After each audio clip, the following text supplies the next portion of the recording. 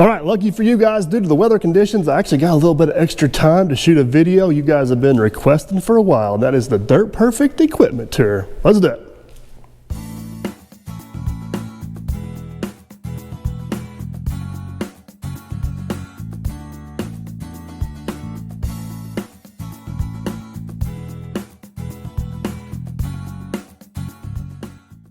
All right, guys, I think we got close to 15 pieces of equipment to get to if my math's are right. I guess we'll find out at the end of the video after we see them all. Ultimate go, I'm going to show you each piece of equipment, kind of give you a brief description of what it is, how long I had it, and what I like and don't like about it. So that way you guys kind of know what's in the fleet, and stay tuned to the end. You may know what's potentially going to be up and coming. So let's start off with the 850J.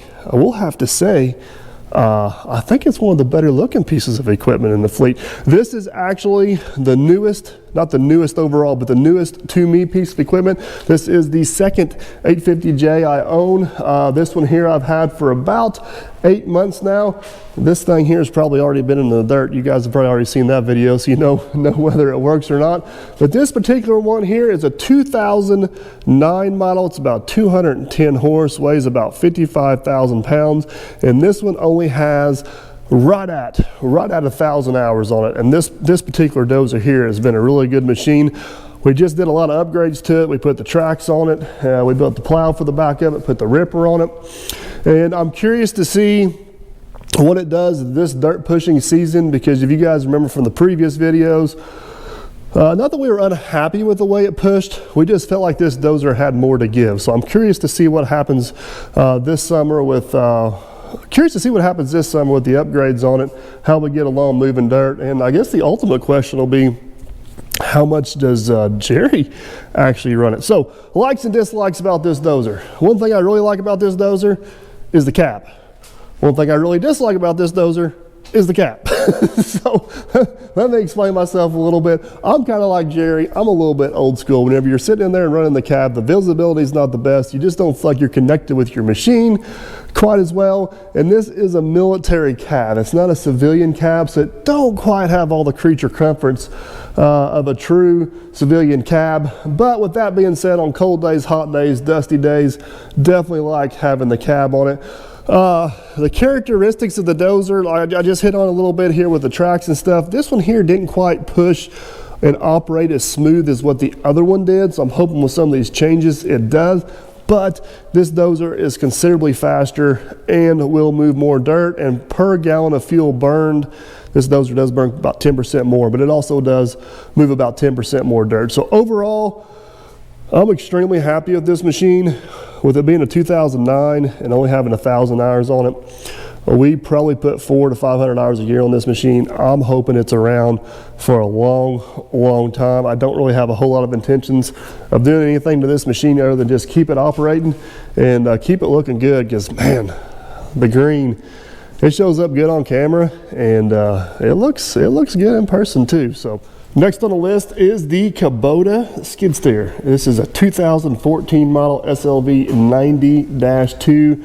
Has just over 4,000 hours on it. I have owned it for right at 3.5 years and put just over 1,000 hours on it. It had like 2,900 hours on it when I bought it.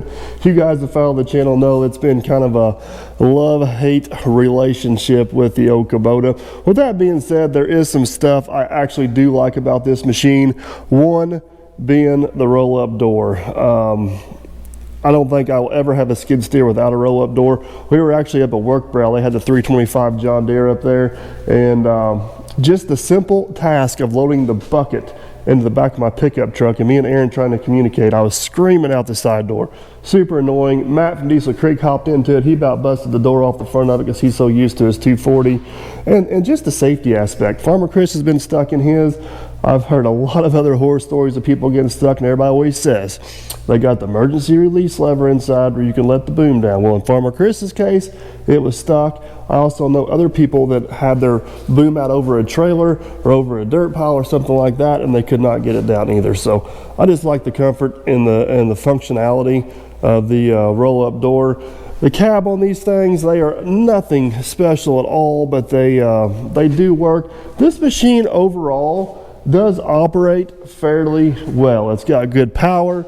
It's honestly probably one of the better balanced skid steers I've ever ran. I can't complain about that whatsoever.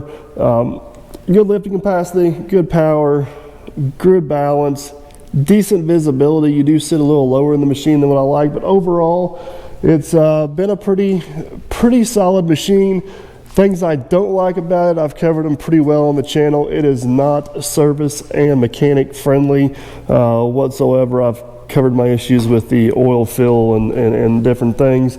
Even the new ones made today still have the dirt funnel issue. You guys send me pictures all the time of these skid steers with the dirt funnel clogged up. They do have the access panel on the bottom, but it does not fully fix the problem. Other simple things like the air conditioner controls, even on the new ones today, are still underneath the armrest. These just seems like some really simple things Kubota could fix that they just continue to ignore, which drives me crazy a little bit. One of the reasons I still have this machine and have not got rid of it is, to be honest with you guys, I don't know what I'd replace it with. The Takakuchi is probably top of the list. Very, very similar machine, but they do operate a lot smoother and a lot better. That's probably the biggest difference, but it's still got the same engine in it, and I'm just not absolutely in love with that engine. They're expensive and very difficult to work on. The JCBs, love that design, but they don't come out with a 100-horse model anymore. The John Deeres have the MR engines, super nice machines, but they have the swing out door. Case just come out with their big, what is it, TVA 620 or whatever. That machine looks awesome, but it's still got a swing out door. So this is on the list to be upgraded. I just don't know what it's going to be. You guys ask me all the time, what's the next skid steer going to be? I don't know. It's probably why I don't have one. So, but like I said, overall it's been a pretty fair machine. It's just got a few quirks to it that few quirks to it that I'd like to see changed on the next one. So anyways, before we leave the property, let's head around back and check out the tractors. All right, don't mind the mess back here behind the shop. I want to hit on the few little John Deere tractors. This is the 955. I believe it's an 87 model. I've only had this one for about a year. This is a super handy little tractor. It's in pretty good shape, got 1,300 hours on it, about 3,500 horse. You guys see us use it with planting grass, doing a little brush hogging. Got the R4 tires on it, is four-wheel drive or front wheel assist. It's just it's a handy catch-all little tractor. I actually bought that to replace the John Deere 110 I had. It's not a complete replacement on that. The 110 is probably one of the pieces of equipment I wish I wouldn't have sold, but it makes for a good little catch-all tractor. This is the 855. You guys see it most of the time pulling the water wagon or pulling the straw blower trailer. This one here is about 24 horse. Basically bought this one out of the junkyard. It's not near as good a shape. It is only two-wheel drive. Has I don't know, I replaced the iron beater on it. If I had to guess, this thing's probably got close to about 3,000 hours on it, but for no more money I got invested in it, it is a handy little tractor. We use it a lot at the go-kart track, blowing straw, etc. I think I did a whole video of these tractors. I absolutely love the little John Deere tractor. So I'm not going to cover the Skag lawnmower. That's just what we keep here at the house. I don't know if you guys ever even seen that thing in the video. It gets around a little bit, but this guy right here, you want to talk about a MVP the last couple of days. We were without power for about 12 hours the other day, and we were only actually without power for about 45 seconds because this guy kicked on and did an absolutely awesome job. If you guys can afford one of these, I would highly recommend. They are nice. So all right, let's hit the road and see what else we can find. Next on the list is the little almond light plant, guys. I've had this for probably close to 10 years. I'll be honest with you, it's kind of a little bit of an impulse buy. I needed lights for the go-kart track. My buddy worked at the rental store and said he'd make me a heck of a deal on it, which he did. So we picked it up. It does eventually, every once in a while, it will eventually get out to some job sites. We used it from time to time on the jobs for a generator and also for a light plant. This thing's got a little Kubota diesel in it. It's got a little over 7,800 hours on it. Have had some issues with it over the years. Did have to replace the generator on it. I don't know if I can fully blame that on the light plant itself. There actually was a mouse nest decided to set up camp in there and caused us some trouble when we started it up one day. And then I just recently did the video of putting all LED lights on this thing. If you guys remember, we had a little fire up there in the middle of a race, but thing always starts, always runs. It is handy. Not really a whole lot of complaints, Mark, especially for what I paid for it. I should probably treat it a little bit nicer and put it inside during the winter time, but I always just forget it's up here until it's time to go race it again. So all right, let's hit the road, see what else we can find.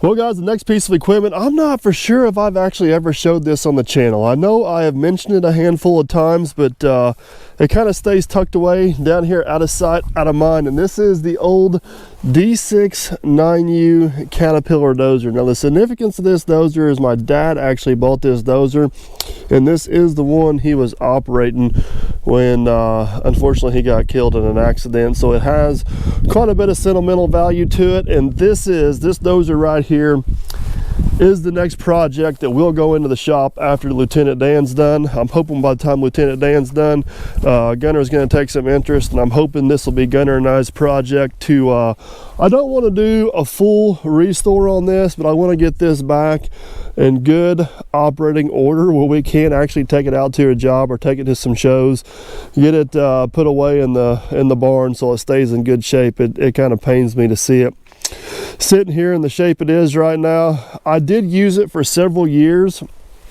after Dad got killed, but eventually the engine went out. I bought another dozer that supposedly had a good engine in it, which is the one that's in there now, and come to find out that engine wasn't any good either. And then it's just kind of got pushed over to the side here. So yeah, it's been neglected. I think this is a 1956 model. It used to be pony start. I did convert it over to electric start. It actually does have some pretty decent undercarriage on it, but I am actively looking for parts for this thing. So I'd be interested in buying a complete dozer that's in fairly good shape, at least has a good engine. Or if you guys know any of these sitting in parts anywhere, I would definitely be interested in picking that up. So we'll have those on hand when we go back to build this dozer. This is a really cool old dozer. I actually enjoyed running this thing. It's actually a straight shift dozer, the 4-speed transmission and a power reverser, or actually just a reverser in it. And I know for a fact, if I ever get this thing fixed up and working, it'll be on a job site again. It'll be on a job site again. I've actually moved a lot of dirt with this thing, and the majority of the dirt where my house is actually built at right now was moved with this dozer. My entire driveway was put in with this dozer. This pad where we're sitting was built with this dozer. I got a lot of hours on this thing. I bet you I probably put close to 1,000 hours on this dozer. It's the only thing I had for a long time, and it's just crazy to look at this dozer and kind of where I started my dozer excavating business. I did haul that thing out on a handful of jobs and did some custom jobs for some other people, and then to look over here and see where I'm at, I don't know, 16, 17, 20 years later, it's yeah, there's the tale of two stories right there for sure. So I definitely moved up in the world. That's a little more operator friendly. So all right, on to the next one. All right guys, next on the list is where it all started, the little 655 John Deere. I believe this is a late 80s model. I've covered this several times on the channel. My grandparents actually bought this whenever I was 10, 11, 12 years old, somewhere in there. And this was kind of my first taste of business without running this thing. It is no more, let's face the facts, it is no more than a glorified lawnmower. So I got a 16 horse Yamaha diesel in it, but it does have a class 1 3-point hitch on it. I don't know for sure because this thing's had multiple different hour meters in it over the years, but I would say I have personally probably put close to 3,000 hours on this. I did actually rebuild the engine in it once. It's been a pretty good little piece of equipment. We still use it yet today. You guys seen it up at the go-kart track. I pull my little PTO power washer around with it, It has occasionally cut some grass. I do have the belly mower over there for it. It probably still gets a couple $100 a year on it. I don't know if I'd ever actually go out and buy one, but since we have it and since it does have sentimental value to me, I definitely do keep it around. This is also one of those future restore projects at some point. Actually, all the metals here, everything's here. It's 100% complete. It's just set outside and been neglected a little bit over the years. It wouldn't take a whole lot to pull the panels off this thing, sandblast them down, paint it, and this thing would look new pretty doggone quick. But definitely got a soft spot in the heart for the little 655 John Deere for sure. It's been a good little piece. A lot of good memories with that thing. So, all right, let's head to the lot, and that's where most of the good stuff's hiding. All right, guys, we have made it down to the shed. We're going to kind of go through everything in here. This is where most of the stuff is tucked away at right now due to the weather. I do have a complete video on the channel going over all of the attachments. So if you guys want to go back and just search Dirt Perfect attachment video, I'll cover all that. I did that about a year ago. There's been a few attachments come and go. Most of them are still going to be in there. If I can remember, I will link it, but don't cat on that. So the first one in the shed is the Cat D4G. This has been one awesome piece of equipment, to be honest with you guys. I've had this dozer for about 7 years. Bought it with about 6,500 hours on it. It's got just shy of 10,000 hours on it, and believe it or not, most of those hours have been put on this dozer in the last 2 or 3 years. Whenever I first bought this, we were still building houses. It did not get used a whole lot. We just used it to finish around the house here or there, and as you guys see on the channel the last couple years, it's actually been ran pretty hard. All the maintenance, everything that's been done to this dozer has actually been done on the channel. Let me take that back. With one exception, I actually bought this thing fairly cheap at the time. Paid like $22,000 for it 7 years ago, and thought I had hydrostat issues, and I got lucky. It ended up being speed sensor on the back, so got the speed sensor put in it, got it calibrated. Haven't had a minute's issues with any of that. The only nagging issue we have occasionally is the dead battery issue, and it I don't know, it comes and goes. It's a ghost, but I'm not going to complain. Runs like a top, don't use any oil, very good on fuel, does everything we need to do as far as finishing capabilities. Blade in on it is still tight. Undercarriage is probably about 30-40%. Man, it's been a good piece. I don't see it going anywhere. Even if I buy a new dozer to upgrade, I see this one still sticking around, kind of in the background, the same as the 120 to the 140 or the 850B to the 850J. I believe this dozer is rated about 89 horse, weighs about 18,000 pounds, got an 8-foot blade on it. It is not LGP. It is electric over hydraulic hydrostat control, and it's just been a good, comfortable dozer to run. Balanced really well. Jerry enjoys it. I enjoy it. I was actually looking for a 650H whenever I bought this dozer. Come across this one instead, and have not been disappointed with it at all. So we'll sing around here. The little Dynapack compactors. I've actually got 2 of these. Only one of them's in the shed right now. It's a CA 121 PD, and these are awesome little machines. I like these for a couple different reasons. I believe this weighs about 8,000 pounds. It's got like a 70 horse 2.5 liter John Deere diesel engine in it. And what makes this size machine really nice is we can actually move it with a pintle hitch in the pickup truck. So Matt and the other guys can kind of help move it around a little bit.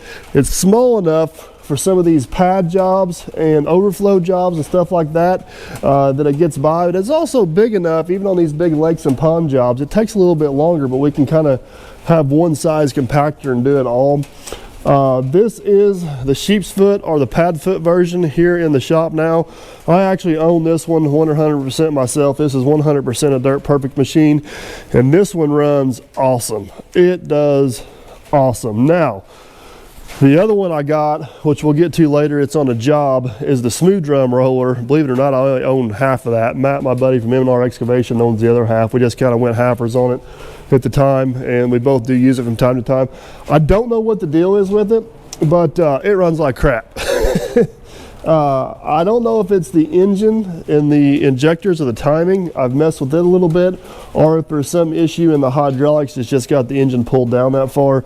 I just don't have a whole lot of time to mess with them. I've kind of compared notes on them from time to time. The other one definitely runs good enough to get by, and we didn't realize how bad the other one ran until we got this one. But both of these machines, this one here has actually got 2,100 hours on it, and I think the other one's only got like 1,200 hours on it. It's got quite a few less hours on it, so you think it would run better. But picked them both up for $10,000 a piece. A lot of people ask me why I don't have a shell kit for them. The thing is with these guys, they get used an hour here, hour there, 2 hours here, 2 hours there, and it's just real quick, load it up and go and do it. It probably takes close to an hour to put a shell kit on one on and off, and I was able to just stumble across two of them that were kind of matching, which makes it nice. So it really is nice having one of each. We just grab and go. It works out good. So we'll swing on around the corner here to the Volvo 140 EL. This is the newest piece of equipment I have in the fleet. This is a 2016 model. I've had it for going on 3 years now. This machine's very, very, very well documented on the channel from the day I purchased it to now. It's been a learning curve for this machine. Overall, it's been fairly good. I bought it with 2,000 hours on it. It has just shy of 3,000 hours on it now, and it gets compared to the 120 a lot. And even though they're the same weight class machines, they are light years difference in the way they operate and the way they perform. I've covered it pretty well. This machine here is very fast and very efficient, but it don't have the finesse and it don't quite have the balance of the other machine. It has the ESCO thumb and quick detach on it. Honestly, guys, I don't have a whole lot anything good to say about the quick attach or the thumb on this machine. It's very clunky. It don't have a whole lot of pressure.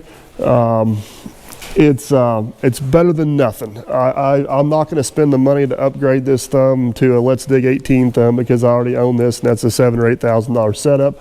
But the ESCO thumb, the Volvo quick attach coupler, they have been nothing but trouble since I had them, to be honest with you. The rest of the machine has done pretty well. I've had some issues with it. Of course, like all new modern machines, we've had some issues with the DEF system on it. We've had some issues with the injectors on it. A couple other little small nitpicking things. I will say, guys, it is a very, very, very comfortable machine to operate. Once you get sat down in that seat, you get swinging dirt.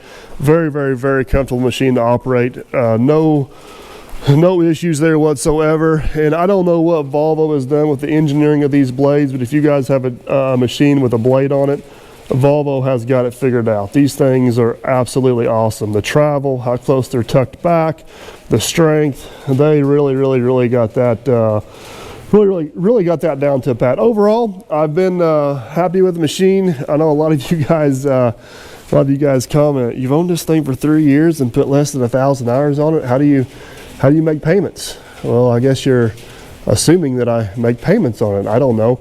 I've covered this several times before, that I don't buy the newest, the latest and greatest and the most expensive machines out there, because I like having a variety of machines, and by doing that, it gives me a variety of machines to do a variety of jobs, and I enjoy equipment. So like I said, overall, I would recommend a 140. It's a good, quiet, smooth, comfortable running machine.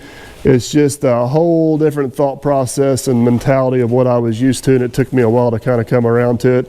I would definitely go with a different coupler and thumb setup for sure if I was going to order one from scratch. So let's move on to the loader. This is a Cat IT 28B. I think the IT stands for Integrated Tool Carrier. The 28B, I don't know. I ran out of numbers. So I think this is considered a 3-yard loader. Somebody comment down below if I'm wrong with that, but I'm pretty sure it's considered a 3-yard loader. I don't even know for sure. If I had to guess, and this is just 100% a guess, I would say this is somewhere around late 80s, mid to late 80s loader. This was kind of one of those impulse buys one day. It was actually sitting in a scrap pile, getting ready to get hauled off for scrap from Moser's Corporation, which is the big rock quarry around here. They had it just to kind of clean up around the crusher and stuff. And it had transmission problems, and it had a blowed head gasket, and it needed some tires on it. And I think I gave like $6,500 for it, probably about 7 years ago. And tinkered on it a little bit. The transmission ended up being a bad O-ring. I had to pull the transmission out to do it. It was before I was doing YouTube. Pulled the transmission out to do it. I think a $2 O-ring fixed the transmission. About a $100 head gasket fixed the engine. I did spend about $2,500 on some good used tires. They're not matching, but they all are good used tires. This machine has 19,700 hours on it or something. I think I've put close to 1,000 hours on it over the last 7 or 8 years since I've owned it. And honestly, guys, if something happened with this loader today, I'd probably have to replace it. It has proven to be a pretty valuable tool in the arsenal here. It don't get used a lot, but just having it here on the lot to load and unload buckets, load and unload trucks that come in. Sometimes we can't get triaxles into some of our bigger jobs, we'll stage aggregate here on the lot, load and unload it. Used to sell a lot of topsoil, come in handy for loading that. And it'll lift like, I don't know, close to 20,000 pounds. So if you just need brute strength lifting something, like when we were setting all the tanks over to store, comes in super handy for that. It does get to a job occasionally, but it lives most of its life here on the lot. Finally got it in under roof, and it's been handy. And honestly, ever since we've got it going, I think on the channel we did have one more issue with the transmission. It ended up being a piece of dirt and an orifice. I got some video on it, but it's been reliable. Always starts, always moves, always does what it's supposed to. Haven't really had any further issues with it. It's been a good machine, been a really good machine. So it's not new, it's not fancy, it's cable shift, it's not electronic shift and all that stuff, but it's been a good one. It's been a good one. No complaints whatsoever. Kleeman, it's not leaking oil. Kleeman just did a full service on it and spilled a little bit of oil. So last thing in the shed down here is Jerry's beloved 850B Dozer. This is actually the second 850B I own. The first one was an absolute pile of crap, and if you knew how much trouble I had out of the first 850B, you'd be like, why in the heck did you buy a second 850B? And I just got lucky and seen this one on Machinery Trader is where this one actually come from. Talked to the guy, he told me I had a rebuild hydrostat in it, which I covered a couple videos back. I think I bought this Dozer with like 9,200 hours on it, and I think it's got about 12,000 hours on it now. You guys just seen the work we did to it in the shop. And there's some videos about 2 years ago doing some work on the blade, but other than that, it has been a really, really, really good machine. This Dozer is kind of like the D4G. It's actually got the majority of its hours on it in the last 2 years that I've owned it, because we've kind of switched from the home building to the excavating business. But I don't, like I said, I talked about it in some videos past. I don't have any intentions of getting rid of it. I'm hoping the 850J takes over some of its duties, and it just kind of stays behind and does some leapfrogging to some of the smaller jobs. Some of these jobs we go to, we need brute strength, but we don't need it for a long period of time. So this Dozer is absolutely perfect for that. So we'll see. It's not going anywhere now. It's been a very, very good, reliable machine. And as long as it continues to be trouble-free and do what we need to. The other thing is, if I get rid of this Dozer, I'm afraid Jerry might go with it. But this Dozer here, I believe it's rated at like 290 horse, maybe 270 horse, somewhere in that neighborhood. Weighs about 44,000 pounds, so we can move it without a permit. We can get it around pretty good. 12'6" wide blade on it. Has 24-inch pads. It does a good job. It's not fast, it's not quick, but it does a really, really good job. Last thing I want to hit on down here, and I think this will actually count as a piece of equipment, but the company does own, this is a 2011 Polaris Ranger. Believe it or not, this is one of the few things I did actually buy brand new from the dealership. I think it had 100 miles and 100 hours on it. Whenever I bought it, it was a demo at a county fair for a little bit. But this one here has actually got the 3-cylinder YMR diesel in it, and this thing has been bulletproof. It's got 20,000 miles on it. It still has the original drive belt. Yeah, I know I should probably change that. But a couple wheel bearings, couple sets of tires, put brakes on it once, and we have drove the absolute heck out of it. Now this thing is extremely underpowered compared to the new ones, and it does make it on jobs from time to time, but most of the time we just use it running back and forth between here and here in the shop.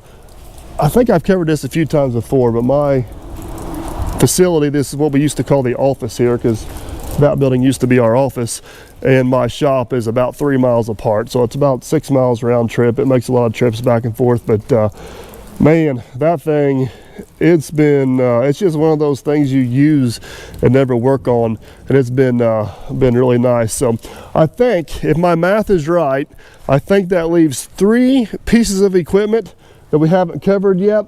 You guys want to comment down below and guess what those 3 are? But we're gonna have to do a little traveling to get to those. So let's hit the road and see if we can find them.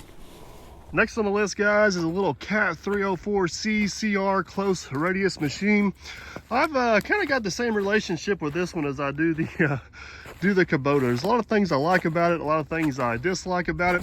I've owned this machine for approximately 8 years, bought it with about 2,200 hours on it. It is getting close to having about 4,000 hours on it.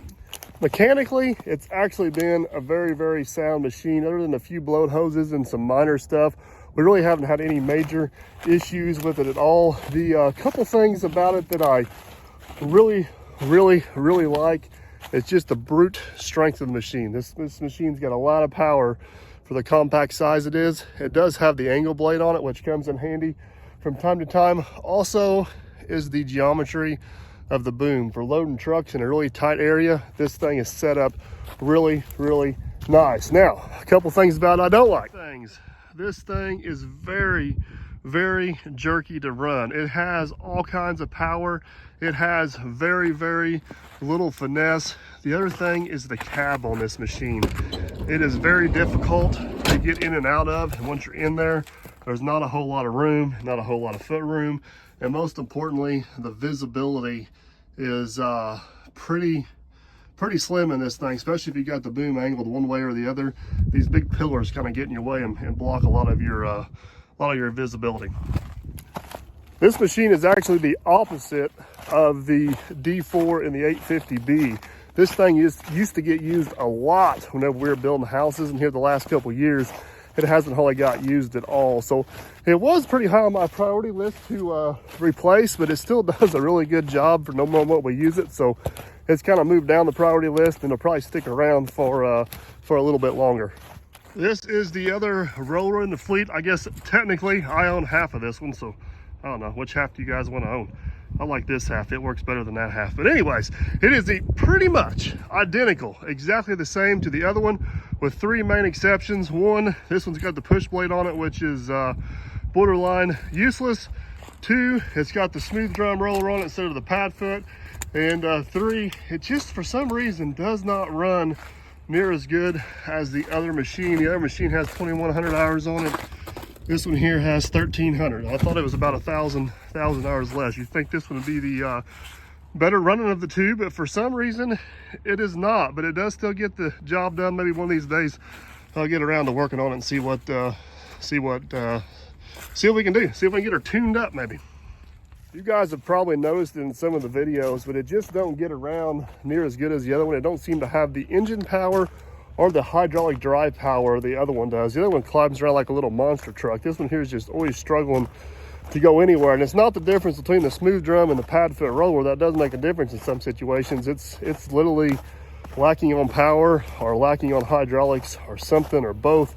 I don't know. If any of you guys out there are familiar with those little rollers and got any suggestions, let me know for sure. One of these days I need to get it in the shop. It's just not been priority. We got one piece of equipment left that I know of to check out. So let's head out there and see what we can find. Well guys, last but not least, we cannot forget the beloved 120. My baby, my prized possession. This is the piece of equipment in the fleet I believe I have owned the longest. I've had this one in, I don't know, I've had this for going on 12, 13 years, somewhere in that neighborhood. It has been an absolutely excellent piece of equipment. Bought it with around 6,000 hours on it. It's got about 12,500 hours on it now. A lot of videos on the channel of redoing it. There's not much about this machine I do not like. It is perfectly sized for a lot of the work we do. It's easy to move. It's got really good power. It don't have air conditioning. I wish it had factory air conditioning. I've thought many times about adding some sort of aftermarket air conditioning on it, but have not. And it is, compared to the newer machines, the Volvos, and even the new Hyundais, it's not quite as fast, but it makes up for it in finesse and reliability. You know, one question I get asked a lot, what are your most cost-effective machines to run? So maintenance and fuel burn versus hours ran is kind of a ratio a lot of guys in the dirt business kind of go by. And this machine right here for sure is the cheapest machine to operate in my fleet, hands down, which also makes it the most profitable machine in my fleet to operate, hands down, which is one of the main reasons it sticks around. Even as this machine has gotten older, that ratio has not changed a whole lot with some of the major maintenance we've done to it. It's a very efficient machine to run, and it is definitely the most efficient and the most profitable machine in the fleet. And believe it or not, the 850B is a pretty close second. It does really good on fuel and maintenance burn. So those two there are probably the two at the top of the list. The two at the bottom of the list, believe it or not, is the Volvo 140. Maintenance kills that thing and repairs kill that thing, especially a lot of it has to do with the DEF system. It does good on fuel burn, but maintenance costs are pretty high on it. And the Kubota, surprise on the Kubota. Maintenance and repairs have just absolutely killed that thing, and it is not very efficient on fuel burn. If I still had the first 850J, it would top the list as the most inefficient one I got, but that's only because I had it for a short period of time, did a bunch of repairs on it. So hopefully that makes sense. Let's head back to the shop and wrap this video up. Well, there you have it, guys. That is the Dirt Perfect equipment fleet, middle of February 2022. I think I got everything covered. If my math's right, we should be somewhere between 15 and 16 pieces of equipment, somewhere in that neighborhood. If for some reason I didn't answer your questions, or if you guys got questions about anything you see, comment down below. I'll do my best I possibly can to answer all those questions. One question I get all the time is, what is next? What we're going to see next in the Dirt Perfect channel. And I do have a few things on my radar. One is possibly a cabbed small dozer, something to be comparable to the D4G with a cab on it for some of these days that aren't so nice, and give that one a break. It's getting pretty old and tired. I don't want to push my luck with it a little bit. We'll definitely still keep the D4G around most likely, but that's pretty high on the list.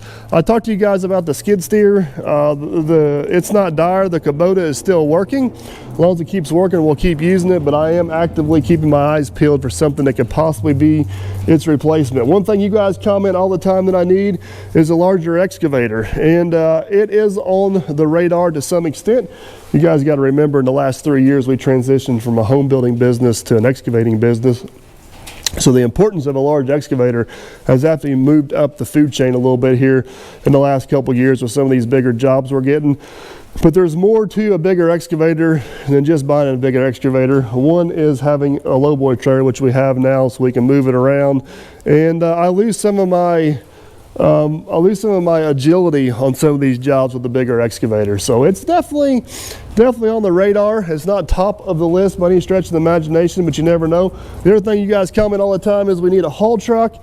And if I do get a bigger excavator, a haul truck would probably move up the priority list quite a bit, because with a bigger excavator, I can be more efficient with a haul truck because I can load it faster. So I don't know. Stay tuned, guys. We'll just have to see how it all pans out. Sometimes you just run across the deal you can't refuse and equipment shows up, and then sometimes you shop for years for stuff and can't find it. So always kind of looking to see what we could do to add to or improve the fleet. So this video here is getting pretty long. I did not cover any of the trucks, any of the trailers, any of the vehicles. This is what I call the road side of the business. We got almost, not quite, but almost equally as much equipment on the road, which is that's the expensive side over there. There's a lot of legal stuff involved. But anyways, if you guys want me to do a video on that, comment down below. I'll do my best to go through all the trucks, trailers, and vehicles, kind of give you my 2 cents worth on those. But that's going to be a wrap on this one, guys. If you enjoyed, give her a big old thumbs up. Definitely helps the channel. If you want to see all this equipment in action, well, go ahead and subscribe so you don't miss out on that fun stuff. Either way, guys, hope we catch you on the next one. Later.